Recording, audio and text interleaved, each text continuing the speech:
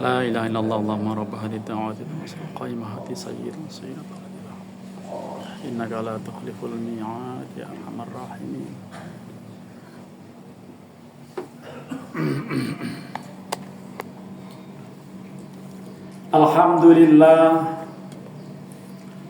Alhamdulillahilladzi hadana li hadza wa ma kunna linahtadiya laula an hadana Allah.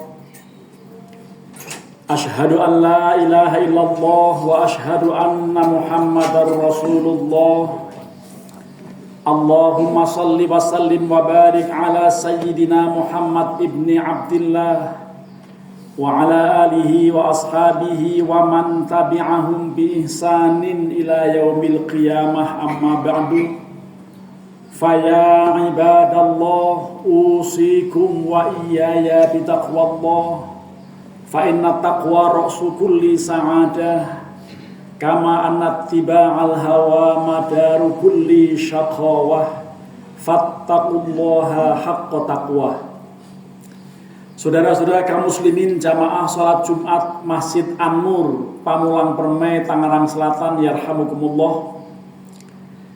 Pertama-tama marilah kita panjatkan puji dan syukur kehadirat Allah Subhanahu wa taala. Pada hari ini Jumat tanggal 16 Ramadan 1447 Hijriah bertepatan dengan tanggal 6 Maret tahun 2026. Kita berkesempatan duduk bersimpuh kembali di masjid yang indah ini untuk melaksanakan ibadah sholat Jumat. Harapan dan doa kita semoga semua amal aktivitas ibadah kita di bulan suci Ramadan ini, puasa kita, qiyam kita, tadarus kita, dan semua amaliyah-amaliyah Ramadan diterima oleh Allah Subhanahu wa ta'ala.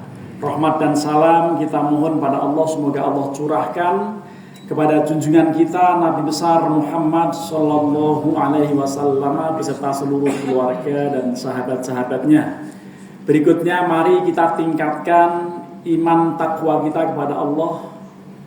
Bertakwalah kepada Allah dengan sebenar-benarnya, dengan cara melaksanakan perintah Allah dan terus berusaha sekuat tenaga kita untuk menjauhi larangan-larangannya. A'udzubillahi minasyaitonirrajim. Ya ayyuhalladzina amanu taqullaha haqqa tuqatih wa la tamutunna illa wa antum muslimun. Wahai orang-orang yang beriman, bertakwalah kalian kepada Allah dengan sebenar-benarnya, dan jangan sekali-kali meninggal kecuali kalian tetap istiqomah dalam beragama Islam.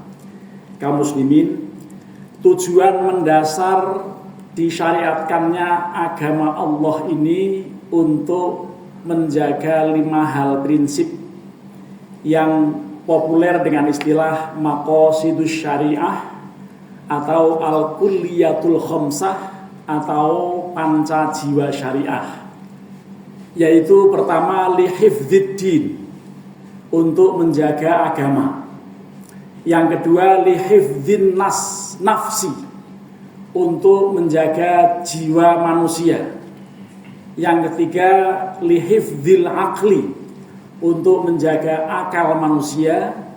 Dan yang keempat lihifdzil mali, untuk menjaga harta manusia. Dan yang kelima adalah lihifdzin nasabi, untuk menjaga nasab atau keturunan manusia. Kaum muslimin, dalam rangka menjaga agama, maka Islam mensyariatkan jihad. Antara lain Allah berfirman di dalam surat At-Tahrim, surat ke-66 ayat yang ke-9. Ya ayyuhan nabiyyu jahidil kuffara wal munafiqina waghluz alaihim wa ma'wahum jahannam wa bi'sal mihad. Wahai Nabi, berjihadlah melawan orang-orang kafir dan orang-orang munafik, serta bersikap keraslah kepada mereka, karena tempat kembali mereka itu adalah neraka jahanam, dan itulah seburuk-buruk tempat kembali. Ini perintah Allah kepada Nabi, Dan tentu contoh jihad yang pernah dilakukan ketika ada resolusi jihad, ketika tentara sekutu dengan diboncengi Belanda waktu itu kembali ke tanah air, lalu Hadratus Syekh Hasyim Asy'ari mengeluarkan fatwa dengan resolusi jihad yang sangat populer itu yang paling konkret. Yang kedua, di dalam rangka menjaga jiwa manusia, orang tidak boleh saling mengganggu, apalagi kepala negara tertentu kok tiba-tiba dibunuh. Ini sebetulnya menurut hukum Islam sangat bertentangan, bahkan menurut HAM juga bertentangan. Sampai Allah mensyariatkan qisas, yaitu hukum balas, yang dalam bahasa tertentu dikatakan utang nyawa saur nyawa, utang pati saur pati, utang wirang saur wirang. Itu karena Allah berfirman, ya ayyuhalladzina amanu kutiba alaikumul qisasu fil qatla al-hurru bil hurri wal 'abdu bil 'abdi wal untha bil untha faman ufiya lahu min akhihi syai'un fattiba'un bil ma'rufi wa da'un ilaihi bi ihsan dzalika takhfifum mir rabbikum wa rahmah faman i'tada ba'da dzalika falahu 'adzabun alim. Wahai orang-orang yang beriman, diwajibkan atas kalian hukum qisas dalam soal pembunuhan. Merdeka dengan merdeka, hamba sahaya dengan hamba sahaya, wanita dengan wanita. Barang siapa yang memperoleh pemaafan dari saudaranya, maka hendaklah yang memberi maaf jangan dendam, dan yang diberi maaf segera membayar diat dengan baik. Itulah dispensasi takhfif dari Tuhanmu, dan barang siapa, dan kasih sayang dari Tuhanmu. Barang siapa yang melampaui batas setelah yang demikian, maka baginya siksa yang pedih. Ini konsep dasarnya seperti itu.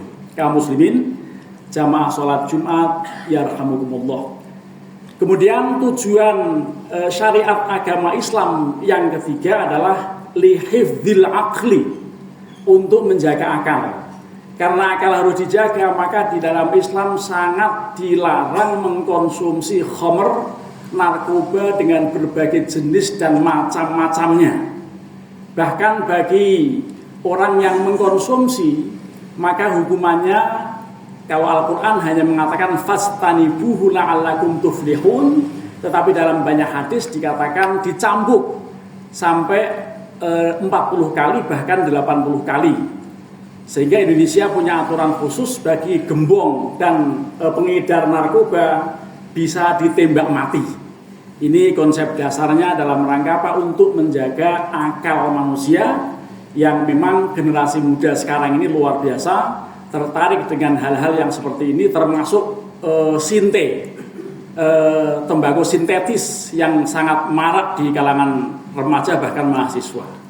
Kaum muslimin jamaah sholat Jumat yang dirahmati Allah. Kemudian yang keempat, hukum Islam atau syariat agama Allah ini disyariatkan dalam rangka untuk menjaga harta manusia. Karena harta harus dijaga, tidak boleh saling merusak, tidak boleh saling mengganggu, tidak boleh saling mengkorupsi, mencuri dan lain-lain. Maka Allah mensyariatkan hukum potong tangan bagi siapapun yang mencuri dan telah memenuhi nisab atau memenuhi batas minimal. Di dalam surat Al-Maidah ayat 38 Allah berfirman, as-sariqu was-sariqatu faqta'u aydiyahuma jazaa'an bima kasaba nakalam minallahi wallahu azizun hakim. Lelaki yang mencuri, perempuan yang mencuri, maka potong tangan keduanya sebagai balasan atas apa yang mereka upayakan, dan ini Allah Maha mengetahui dan maha bijaksana. Selain itu, di dalam Al-Quran surat Al-Ma'idah ayat yang ke-33 Allah bahkan mensyariatkan hukuman mati bagi perampok yang sadis. Di sana disebutkan innama jazaa'ul ladzina yuharibunallaha wa rasulahu wa yas'auna fil ardi fasadan ayyuqattalu ayyuqattalu ayyusallabu aw tuqatta'u aydihim wa rajuluhum min khilaf dzalika khizyun fid dunya wa fil akhirati adzabun adzim. Sesungguhnya balasan orang-orang yang menyerang Allah dan Rasul-Nya hanyalah mereka itu dibunuh, disalib, dipotong tangan dan kakinya secara menyilang, bahkan diasingkan dari muka bumi. Itu sebagai hukuman bagi mereka. Dan barang siapa yang melakukan itu nanti di dunia dan bahkan di akhirat mendapat siksa yang pedih. Kaum muslimin, jamaah sholat Jumat yarhamukumullah. Yang terakhir, hukum Islam atau ajaran agama Islam secara umum ini disyariatkan oleh Allah untuk umat manusia ini dalam rangka untuk menjaga nasab. Nasab itu keturunan, bukan masalah nasab ba'alawi atau non ba'alawi, bukan itu. Itu tidak terlalu penting. Yang paling penting justru nasab kita ini jelas. Kita mau menikah dengan seseorang atau menikahkan anak kita kepada seorang calon menantu juga harus jelas bibit bebet bobotnya. Itu sebetulnya soal nasab betul-betul diperhatikan. Karenanya nasab hanya bisa dibentuk melalui perkawinan. Tidak pernah akan terbentuk nasab melalui perzinaan. Itulah karena nasab harus dijaga, keturunan harus dipelihara, maka sama sekali tidak boleh melakukan perzinaan. Kalau terjadi perzinaan, terjadi kasus married by accident atau hamil sebelum nikah, maka dari sisi prinsip penjagaan nasab sebetulnya sudah bermasalah. Dan oleh karenanya ini perlu ada kajian-kajian yang mendalam dan bagaimana supaya maslahat bisa diperoleh dan jangan merebak. Kenyataannya memang sudah merebak di masyarakat. Orang hamil duluan dan merasa cuek. Ini bagian yang perlu untuk mendapatkan penekanan pembahasan soal ini. Di dalam satu ayat tentang larangan perzinaan, misalnya Allah berfirman di dalam surat Al-Isra ayat 31, wala taqrabuz zina innahu kana fahisyatan wa sa'a sabila. Janganlah kalian mendekati zina, karena zina itu adalah sesuatu yang keji dan jalan yang teramat buruk. Secara tegas di dalam surat An-Nur surat ke-24 ayat 2 Allah berfirman, az-zaniyatu waz-zani fajlidu kulla wahidin minhuma mi'ata jaldah wala ta'khudhukum bihima ra'fatun fi dinillahi in kuntum tu'minuna billahi wal yaumil akhir wal yashhad 'adzabahuma ta'ifatun minal mu'minin. Perempuan pezina, laki-laki pezina, maka deralah, cambuklah, jilidlah keduanya 100 kali. Dan janganlah rasa belas kasihan terhadap keduanya membuat kalian tidak menegakkan ajaran agama Allah. Dan hendaklah prosesi hukuman disaksikan oleh sekelompok orang-orang mukmin. Ini semuanya ada dalam prinsip-prinsip ajaran agama Islam, dan mudah-mudahan kita bisa merenungi bahwa Islam memiliki tujuan sangat mendasar dan kita harus juga berusaha untuk menjauhi hal-hal yang tidak baik dan juga berusaha untuk melaksanakan hal-hal yang baik. Ini bagian dari yang sangat penting karena tujuan dasar itu adalah untuk kemaslahatan kita hidup di dunia dan kelak di akhirat. Barakallahu li wa lakum fil Qur'anil azim wa nafa'ani wa iyyakum bima fihi minal ayati wa dzikril hakim wa taqabbalallahu minni wa minkum tilawatahu innahu huwas samiul alim. Aqulu qawli hadza fastaghfirullahal azim li wa lakum wa lisairil muslimina wal muslimat wal mu'minina wal mu'minat fastaghfiruhu innahu huwal ghafurur rahim.